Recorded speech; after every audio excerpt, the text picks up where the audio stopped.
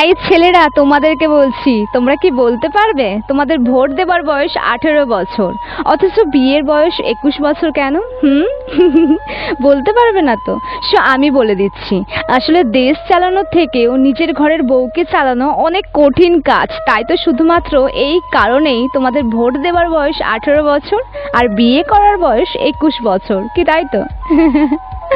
ব্যথা পাইনি রে তোর ব্যবহারে, শুধু দিন দিন তোকে খুব অচেনা লাগে। মুখ ফুটে বলে দিস না কেন আমাকে এখন তোর খুব বিরক্ত লাগে?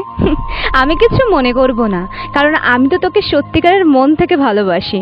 আসলে কি বলতো, আমি সব কিছুই বুঝি, তবুও আজও আমি তোকে শুধু পাগলের মতোই খুঁজি। জামাই যে, আসো আসো, কতদিন পর আসলা। বাসার সবাই ভালো আছে তো? বাবা, আজকে তো দেখি শাশুড়ির মুখে খই ফুটছে। জি জি আম্মা জান, খুব ভালো আছি। আপনি ভালো আছেন তো? তা বাবা, এখন তো প্রায় দুপুর 2টা বাজে, খেয়ে এসেছো তুমি তাই না? আমরা আবার কিছুক্ষণ আগেই দুপুরের খাবার খেয়ে নিলাম। আমি তো আগেই জানতাম শাশুড়ির মধু খাওয়া খুবই কষ্টকর। কিছু বলবা নাকি জামাই?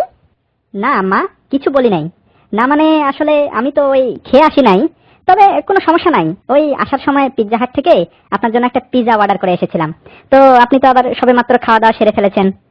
আরে না না জামাই, খেয়েছি বটে, তাই বলে কি জামাইরা না পিজা খাবো না তাই কখনো হয়? এই রুমকি, জামাইকে এক গ্লাস শরবত দে তো। চিনি ছাড়া শরবতটা দিবি কিন্তু। জামাই, চিনি বেশি খেও না, বর্তমানে যা ডায়াবেটিস ধরা পড়ছে সবার। তোমার ডায়াবেটিস হোক তা কি আর আমি চাইতে পারি বলো? আরে না না আম্মা জান, আপনি কি তা চাইতে পারেন? আরে রুমকি, লেবু লাগবে না, শুধু ওই এক গ্লাস ঠান্ডা পানি দিলেই হবে। পিৎজাটা চলে আগে ফোন করলে তবুও তুই আমার ফোনটা কাটতিস, কিন্তু এখন এখন আমি তোর কাছে এতটাই বিরক্তির কারণ হয়ে গেছি যে ফোন কেটে দেওয়া তো দূরের কথা, আজকে তুই আমাকে ব্লক করে দিয়েছিস। ঠিক আছে, চিন্তা করিস না, তাই মনকে আমি করে দিয়েছি বারণ। আজ থেকে হব না আর কারো বিরক্তের কারণ, আই প্রমিস ইউ।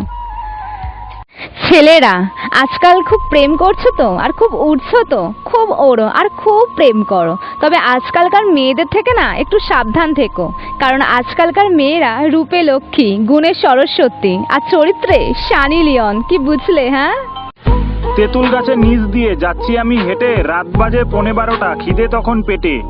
এমনি দেখি নড়ে উঠলো তেঁতুল গাছের ডাল, এই বুঝি পেতনি এলো, মরণ হবে কাল।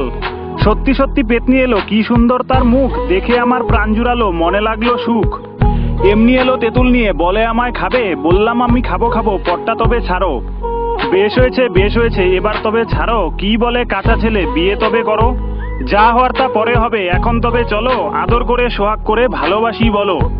এমনি করে পেতনি বলে, ভাবনা কেন মাথায়, নিয়ে তোমায় যাচ্ছি দেবাশিস তেঁতুল গাছের চূড়ায়। এই বলে সে কোলে তুলে আমায় নিয়ে গেল তেঁতুল গাছের চূড়ায়। আজ রাতে যে বিয়ে হবে, আসবেন কিন্তু সবাই। ফ্রেন্ডস, আমি দেবাশিস। এই কবিতাটি আমার সকল ভিগবন্ধুর উদ্দেশ্যে ডেডিকেট করলাম। যদি কবিতাটি ভালো লেগে থাকে তাহলে প্লিজ একটি লাইক করবে। ছেলেরা, এই কথাটা শুধুমাত্র তোমাদের জন্য বলছি, তাই এই কথাটা প্লিজ একটু মন দিয়ে শোনো।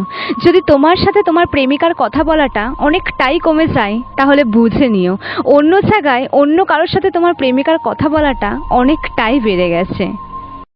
আজকে তোমাদের কাছে একটা বাস্তব সত্যি কথা বলি, দুটো ভালোবাসার মানুষের মাঝে যখন কোনো তৃতীয় ব্যক্তি চলে আসে, তখন সেই সম্পর্কটা এমনভাবে ভাঙতে শুরু হয় যেন মনে হয় তোমার সাথে তার আগে কখনো কোনোদিনও কোনো সম্পর্কই ছিল